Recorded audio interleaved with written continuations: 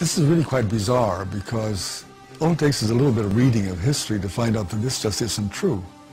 There is no congenital historical enmity between the Arabs and the Jews. The Jews flourished in the Arab world at a time when they were being persecuted throughout all of Europe. At the end of the 19th century, because of anti-Semitism in Europe, European Jews began to try and figure out a solution to the Jewish problem. A very small minority adhered to Zionism, the idea that the only place in which they could be safe is within a Jewish state. Zionist Jews actually had a design on the land of Palestine, the idea of creating a homeland for Jews in the land of Palestine. And this is really the beginning of the conflict.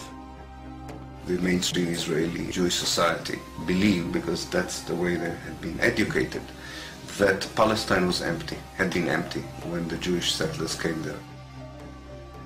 Who paid the price when they settled there? Is it really true that Israel was a land without a people for a people without a land? Palestine was not empty. It was a land populated by Arabs who had a high level of culture, high level of education. With farms and markets and towns and villages and roads and commerce and lots of interaction with the rest of the world. The population was overwhelmingly Arab.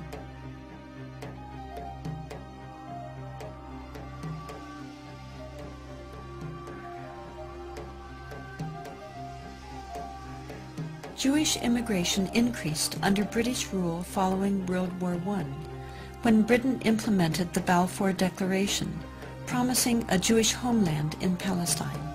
This measure conflicted with Britain's previous promise of self-rule for Arab inhabitants throughout the region. Britain was basically extremely supportive of the Zionist movement. It helped to establish all of the structures of a state. At the same time, the Arabs of Palestine were denied the right of self-determination.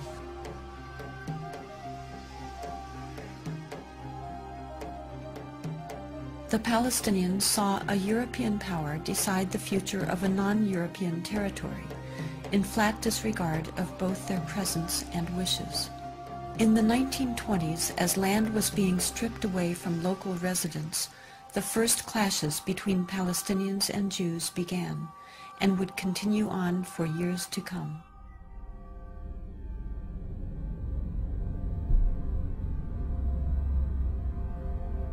Until the early 1930s, the Jewish population of Palestine remained under 17%.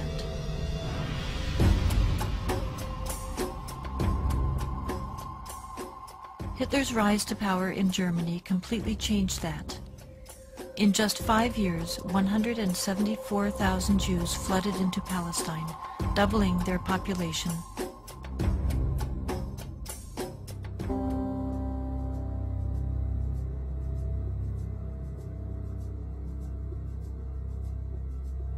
As the world attempted to make amends for the horrors of Nazi genocidal policies, efforts to make Palestine a Jewish homeland increased. The Palestinians, they were not the Nazis. They were not responsible for the Holocaust. But they were the ones who paid the price.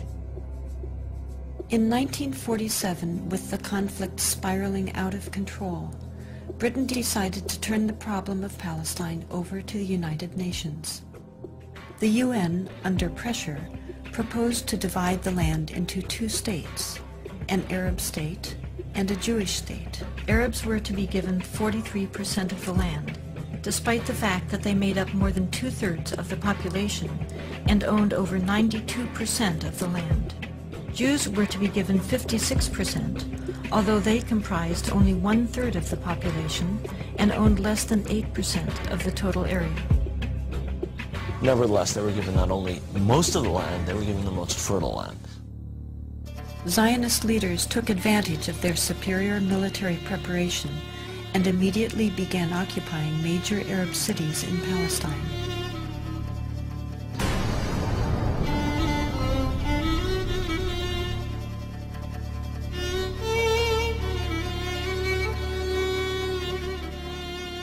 I was was among the people that conquered Akko.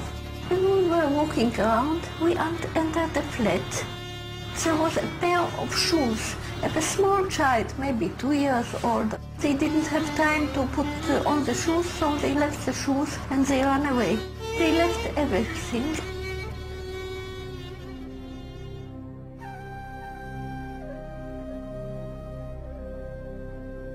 We found out that there was a systematic expulsion of Palestinians, and there was, as I said, there was an ethnic cleansing operation taking place. The most infamous campaign was the massacre at the village of Deir Yassin, where over 100 men, women, and children were systematically murdered. هذا البيت ما كان متخبين فيه أنا وولادي وأخويا موسى. ما كان لي أنا معد أخوي موسى مشان كان نتونس بالله فيه. هذا البيت. أجوا قالوا لما كنا بلا بيت كنا مش كسر الخبطنا كنا بلا وجينا صورتنا وبنت الصواب تمسح ولادي. وكان بعد ما راحت المراكز الحالة كانت كسروا الباب عليهم وطلعونا. بدهم يقتلوا أخوي مسدوا فيه على وجهه اللي يقتلوه. وتناولت 250 ليرة من عدة. وقلت يا خواجه بس مشان الله الطالب مدرسة قلت للشي قال لي كتير انت كويس هات المصاري وبعدين شو اخوتي الحنو شو تسوي شي اخوتي الحنو اجراك يا ويلي يزبطك على السلام احلي هذا لكن يعود حط لك 5 سيار ويكون راسك في موسك الدواء حط 5 3 مليون تحت راسك.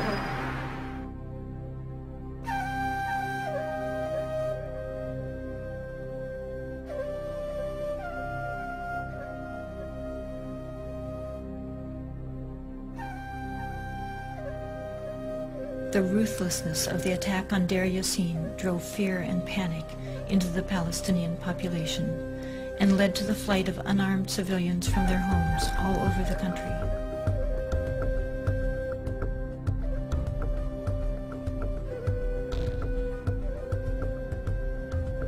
As a result, maybe 300 or so thousand Palestinians had already been expelled before the first Arab soldier entered Palestine. Some of the neighboring Arab armies finally intervened after May 15, 1948, when Israel officially announced its statehood. Although there was a lot of war rhetoric on the Arab side, very few soldiers, Arab soldiers, were sent into the battlefield. And actually, for most parts of the war, there was superiority on the side of the Israeli army.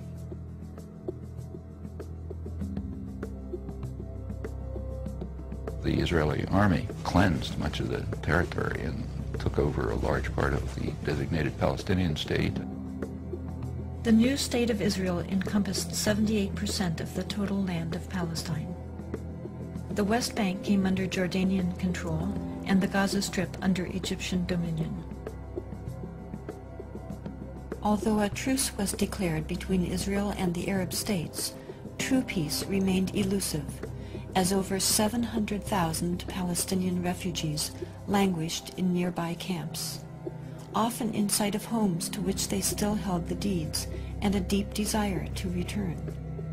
Most of the deserted and evicted Palestinian villages were erased from upon the earth and were either turned into Jewish settlements or into fertile land.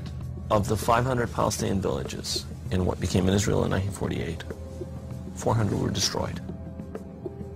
These efforts to destroy the possibility of their returning home were countered by the United Nations, which continues to affirm their human right enshrined in international law and morality to return.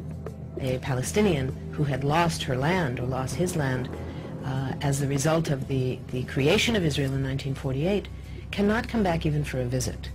I can go back to Israel as if I were returning and claim immediate citizenship, having no historic tie, speaking no Hebrew, knowing no one in the country, having no family who ever was there.